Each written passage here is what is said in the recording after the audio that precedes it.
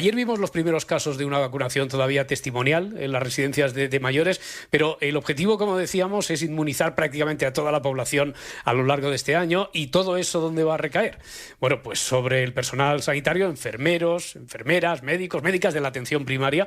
Así que, como no sé tú, Matías, a mí esto me plantea muchas dudas, muchas preguntas. Vamos a intentar resolverlas conversando con Vicente Baos, que es médico de familia y profesor de Patología Médica y Salud Pública. Doctor Baos, ¿qué tal? Muy buenas tardes. Hola, muy buenas tardes. ¿Qué tal? Muy buenas tardes y gracias por atendernos. Usted lleva 33 años trabajando en la sanidad pública como médico de familia, pero desde luego una campaña de vacunación como esta, esto es algo inédito, no se ha vivido nunca. Le iba a preguntar si están preparados los centros de salud. Entiendo que profesionalmente, en profesionalidad sí, pero ¿y en todo lo demás? Bueno, pues lo vamos a ir viendo. Es decir, está claro que los centros de salud y los consultorios es el sitio natural más adecuado para realizar esta vacunación masiva a la población. Son sitios cercanos, están ubicados a lo largo de todo el territorio español y los médicos y las enfermeras y el personal administrativo son las personas que tienen más cerca toda la población, con lo cual es el sitio adecuado. Es otro problema de logística, como bien dices, no es de profesionalidad, es decir, aplicar una vacunación es una técnica absolutamente abordable por parte de los centros de salud, pero ¿cuál es la logística, el suministro, la citación de pacientes, el flujo de pacientes, los tiempos de espera tras la vacunación, cómo se van citando esos pacientes y todo eso sin interrumpir ni bloquear el resto de actividades, que evidentemente es intolerable que ocurriera así, porque va a haber siguiendo pacientes COVID, pacientes no COVID, necesidades que día a día se intentan cubrir y que a lo largo de toda la pandemia ha sido lo que ha tensionado el sistema sanitario en la atención primaria sin ninguna duda, con muchos temas que muchas veces no somos capaces todavía de resolver, pues la gran avalancha de carga de trabajo que se va sumando, y la vacunación es un reto impresionante, es un reto imprescindible y necesario que hay que abordar, pero evidentemente hay que pensar bien cómo organizarlo y sobre todo pensar cómo poder mejorar lo que ya existe y dotar a los centros de salud de los mejores recursos posibles, ¿no? Sí, doctor Baos, en esta guerra, si queremos llamarlo, o batallita de la vacunación que ha empezado, ¿dónde va a estar el cuello de botella? ¿En las dosis de que ustedes dispongan o en la capacidad y velocidad de administrarlas? Pues probablemente más en lo segundo. Es decir, si inicialmente se plantea 350.000 vacunas semanales, es decir, el reparto semanal es imprescindible, no se puede hacer de otra manera.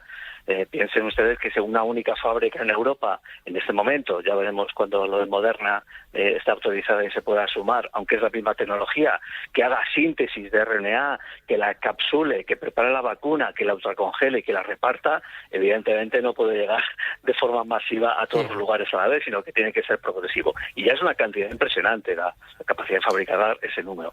Pero además es que logísticamente hay que repartirlo por multitud de puntos.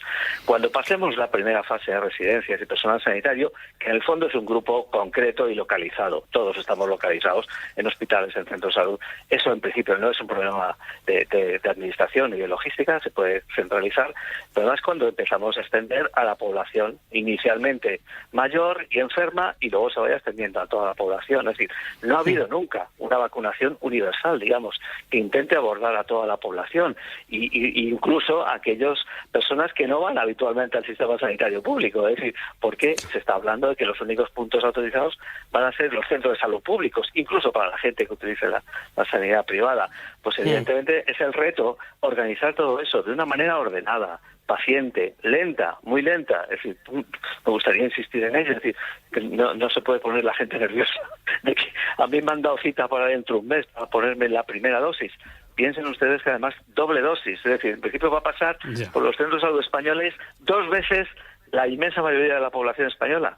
Imagínense la magnitud, las cifras y la organización, insisto, sin dejar de hacer lo que tenemos que hacer diariamente, ¿no? Esta es la idea, desde luego, que tenemos ahora mismo, que se habla con seguridad de que esto va a estar solo en la intendencia logística de la red de salud pública, para entendernos, como decía usted, pero ¿no cree que a lo mejor hay algo que haga cambiar un poquito el panorama, que dentro de 2 o 3 meses también haya como un circuito en la sanidad privada, o eso no va a ser así? Lo digo porque lo hemos estado viendo, evidentemente, en el caso de los test, de las PCRs, etcétera. No lo sé, es decir, todo eso son decisiones políticas que se deberán tomar sobre la marcha. Inicialmente es lo que se ha planteado en la estrategia del Ministerio, en ningún lado se alude a otras situaciones que habrá que discutir y sobre todo ser realistas sobre cómo va funcionando una vez que se empiece a realizar, ¿no? Pero la idea es clara incluso aunque dupliquemos los puntos de administración de vacunas, debe ser de una manera ordenada, es decir, citándose los pacientes por orden de prioridad, por grupos de prioridad. Es decir, eso es muy importante, ¿no? No empecemos a que mucha gente se ponga nerviosa, que todavía cuando me toca a mí, es un tema que hay que avisar muy bien a la población de que esto va a ser lento, que tiene unas complicaciones claras de organización pura y dura y de recursos para hacerlo, y que pedimos la colaboración de todos y solicitamos y exigimos a las administraciones que haga una planificación muy correcta, muy buena y muy realista en base a los recursos existentes, porque muchas veces cuando estamos diciendo que la mitad de los españoles van a estar vacunados para el verano, bueno, pues a veces da vértigo echar cuentas de lo que eso supondría, ¿no? Es decir, que esté 24 horas 7 días a la semana, todos los centros abiertos vacunando continuamente personas 2 veces, ¿no? Es decir, bueno, hay que echar unas cuentas muy realistas y bueno, está todavía en el papel abierto porque realmente no conocemos todo eso, ¿no? Ustedes advierten, doctor, que la vacunación no es una liberación, es decir, la persona vacunada ha de seguir usando mascarilla, cumpliendo con todas las reglas, pero claro, si el vacunado no aprecia ventajas en su vida diaria, no sé si esto va a funcionar solo como ejercicio de solidaridad, no sé si también habría que decirle, mire, es que a partir de ese día usted podrá estar más tranquilo o quizá tomarse algunas libertades. Bueno, sí, es que el virus va a seguir circulando mucho tiempo y todavía hay dudas respecto, no solamente no a la eficacia, digamos, que estés más protegido, que presumimos que sí es así y en los ensayos clínicos se ha demostrado en un plazo que siempre es breve, todavía queda mucho tiempo por delante cuánto dura la inmunidad, tanto la natural como la inducida por la vacuna, pero si es que el porcentaje de población que no va a estar vacunada va a ser muy alto hasta que lleguemos a ese umbral teórico de inmunidad de rebaño, con lo cual todas las personas deben actuar de forma igual. Es igual que las personas que hemos pasado, yo en concreto, la enfermedad. ¿Tenemos alguna libertad especial? ¿Tenemos alguna carta? No, ¿por qué? Porque no sabemos realmente, la posibilidad de reinfección parece muy rara, pero existe, y sobre todo no sabemos si en un momento dado podemos ser portadores asintomáticos del virus que rápidamente desaparece en nuestro cuerpo al tener inmunidad, pero que sí puede ser un vector de transmisión. Es decir, son cuestiones biológicas también complejas que a veces es difícil transmitir a la población, pero sí ideas muy claras. No se puede bajar la guardia ni el enfermo que ya lo ha pasado, ni la persona que esté vacunada, ni el que no esté vacunado, obviamente, porque esto es un tema colectivo de toda la sociedad. Cuando todos podamos tener unas garantías de que el virus empieza a no circular, cuando las incidencias bajen hasta la anécdota, cuando empecemos a ver ya que eso ocurre, es cuando empezaremos a decir que esto empieza a ser una liberación, ¿no? Y ahora de lo inmediato vayamos al detalle, en esas circunstancias de protocolos, de logística, en esas peculiaridades que supone esta campaña de vacunación masiva, universal. Para citarnos, esto no va a ser como otro tipo de vacunas, no sé, la gripe, por ejemplo, que uno llama al centro de salud, aunque haya una convocatoria pública, un llamamiento así público, hecho en campañas, etcétera, sino que aquí va a ser el centro de salud el que se pondrá en contacto con nosotros. ¿Cómo funcionará? Pues todavía no está definido. Hoy parece que el ministro apuntaba a esa idea, pero todavía no está escrito en papel, sobre todo porque eso requiere un trabajo administrativo también muy grande, ¿no? Es decir, seleccionar de los pacientes cuáles son los de grupos de riesgo, por edad, por patología, y establecer un orden de prioridad en su citación, además de llamarles a invitarles. Esa invitación personalizada a vacunarse creo que también es positiva y que indica que su centro y sus profesionales que la tienen habitualmente le invitan a participar. No una especie de que se apunte el que quiera y el que no, pues no pasa nada. Creemos que aquí hay que ser proactivos, es decir, hay que incentivar la vacunación a la población, no con una llamada pasiva, sino con una llamada activa, pero también para organizar los flujos correctos, por días, por horas. No podemos tener unas colas eternas en la calle en enero. No podemos tener tampoco dentro del centro de salud esperando 15 minutos después de la vacunación a las personas. No podemos amontonar ahí a 40 o 50 personas hasta que pase el tiempo. Es decir, todo implica que ese tipo de citación deba ser como muy controlada, y eso tiene que ser a base de una citación proactiva en base a la organización. Pero entonces, según entiendo, doctor, esos protocolos todavía no están marcados, todavía no están pautados.